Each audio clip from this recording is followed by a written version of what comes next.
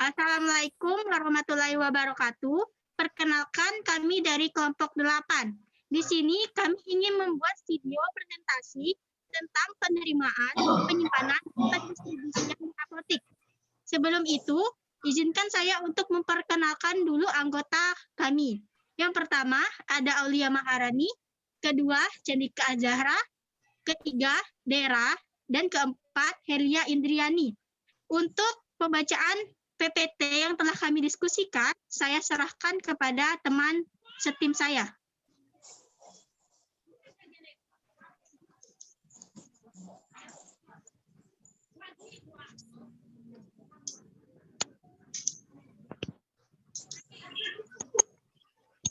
Yang pertama, metode penerimaan di apotek. Yang pertama, menerima obat.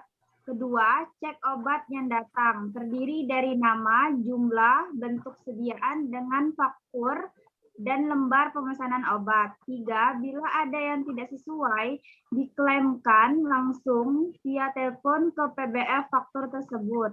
4, bila sudah sesuai faktur asli, diberi paraf dan nama oleh AA atau tanggal penerimaan. 5. Sales PBF akan memberikan kopi faktur obat tersebut.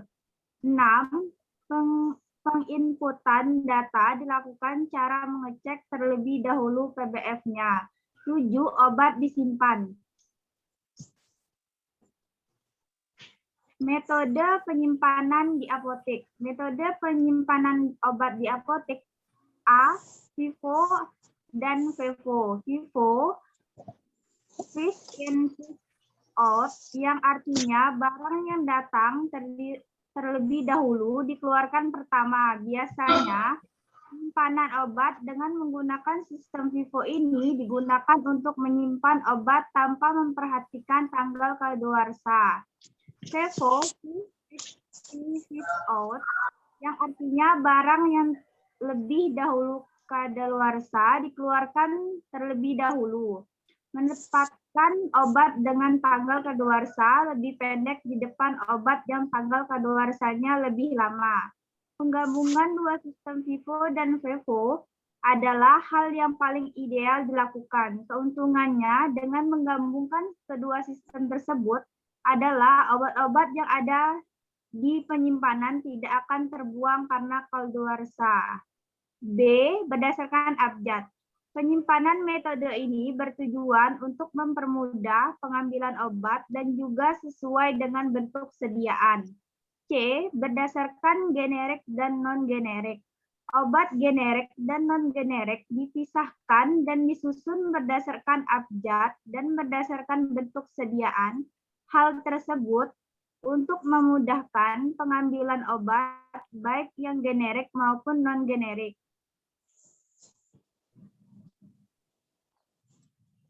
Metode penyimpanan obat di apotek.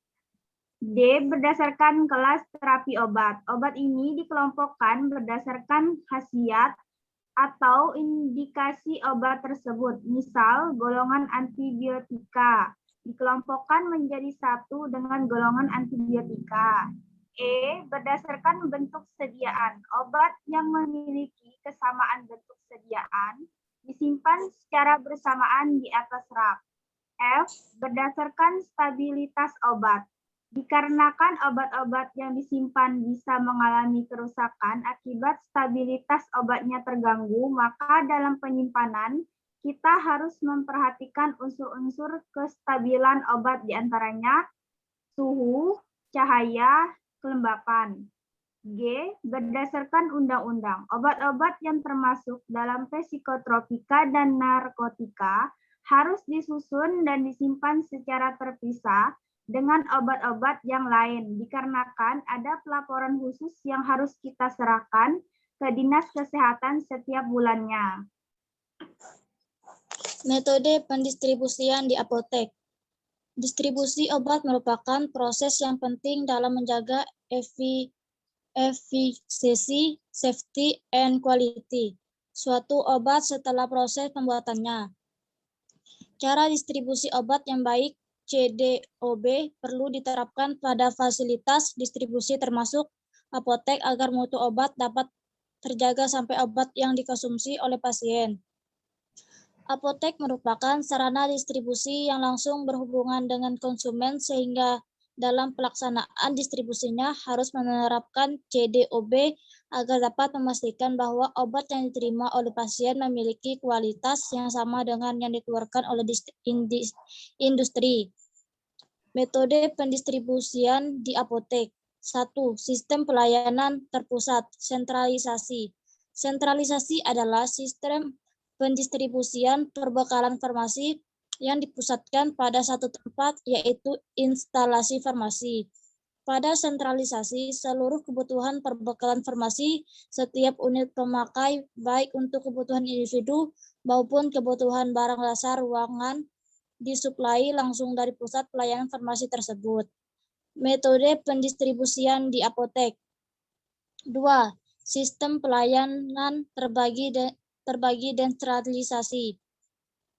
Desentralisasi adalah sistem pendistribusian perbekalan farmasi yang mempunyai cabang di dekat unit perawatan atau pelayanan. Cabang dikenal dengan istilah depo farmasi atau satelit farmasi.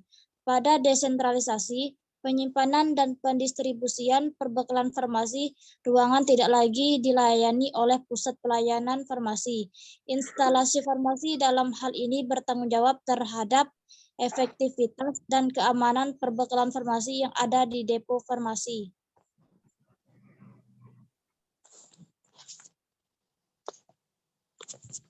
Selanjutnya, kami akan membacakan sesi tanya dan jawab. Pertanyaan dari kelompok lain sudah kami diskusikan jawabannya. Yang pertama, pertanyaan dari kelompok 5, yaitu dari saudari Maulani Salma Damayanti. Pertanyaannya adalah, jika tempat dan fasilitas penyimpanan sempit atau terbatas, apa yang akan kalian lakukan?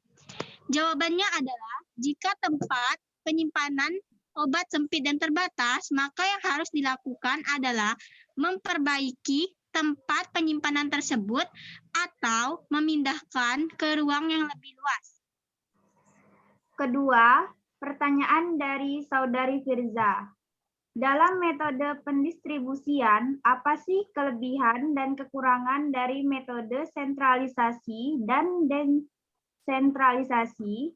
Jawabannya, kelebihan sentralisasi lebih mudah untuk menerapkan kebijakan umum dan praktek untuk bisnis secara keseluruhan. Mencegah bagian lain dari bisnis menjadi terlalu mandiri. Lebih cepat pengambilan keputusan, lebih mudah untuk menunjukkan kepemimpinan yang kuat. Kekurangan sentralisasi, manajer lokal cenderung jauh lebih dekat dengan kebutuhan pelanggan. Kurangnya otoritas, turun hierarki mungkin mengurangi motivasi manajer. Layanan pelangganan tidak mendapat manfaat dari fleksibilitas dan kecepatan dalam pengambilan keputusan lokal. Kelebihan dan desentralisasi harus meningkatkan motivasi staf, keputusan yang dibuat lebih dekat dengan pelanggan, cara yang baik untuk melatih dan mengembangkan manajemen junior. Kekurangan desentralisasi, pengambilan keputusan tidak selalu strategis, sulit untuk mencapai kontrol keuangan yang ketat. Kemudian, kami akan membacakan pertanyaan dan jawaban dari kelompok 6. Yaitu pertanyaan dari Bunga Kenanga. Dalam metode penyimpanan di apotek, bagaimana kalian menstabilisasi obat tersebut? Pengendalian stok obat-obatan dilakukan menggunakan kartu stok yang memuat nama obat, tanggal kadaluarsa, jumlah pemasukan, jumlah pengeluaran, dan sisa persediaan. Pengendalian ini bertujuan untuk mempertahankan jenis dan jumlah persediaan sesuai pelayanan agar tidak terjadi kelebihan dan kekosongan stok. Wah, pertanyaan dari Dita Anggraini. Pertanyaannya, Apa keuntungan metode penyimpanan berdasarkan abjad? Jawaban. Keuntungan metode abjad dapat mempermudah penataan pada berkas dan mudah untuk dipahami. Jika terjadi kesalahan berkas, jika menggunakan metode abjad akan lebih mudah dilakukannya pengecekan ulang. Peralatan yang dibutuhkan pada metode ini lebih sederhana dan biayanya murah. Selanjutnya, kami akan membacakan pertanyaan dan jawaban dari kelompok 6. Yang pertama, pertanyaan dari Eka Putri Nurcayani. Dari metode penyimpanan yang telah kami jabarkan, metode manakah yang paling menguntungkan dan bagaimana cara kalian mengaplikasinya? Menurut kami, metode yang paling menguntungkan adalah metode berdasarkan generik dan non-generik, karena memudahkan pengambilan obat sesuai dengan golongan masing-masing. Cara mengaplikasikan metode berdasarkan generik dan non-generik adalah pada saat penyimpanan, kami akan memisahkan antara obat generik dan non-generik. Dan kemudian obat tersebut disusun sesuai golongannya masing-masing dan disusun sesuai abjad. Kedua, pertanyaan dari Saudari Melani, yaitu bagaimana cara mengesahkan faktur yang diterima atau ditolak? Jawabannya, menandatangani dan membubuhkan stempel. Selanjutnya, pertanyaan yang ketiga dari Cahya. Bagaimana penyimpanan dan pelabelan obat untuk menjamin keamanan obat tersebut? Penyimpanannya dengan cara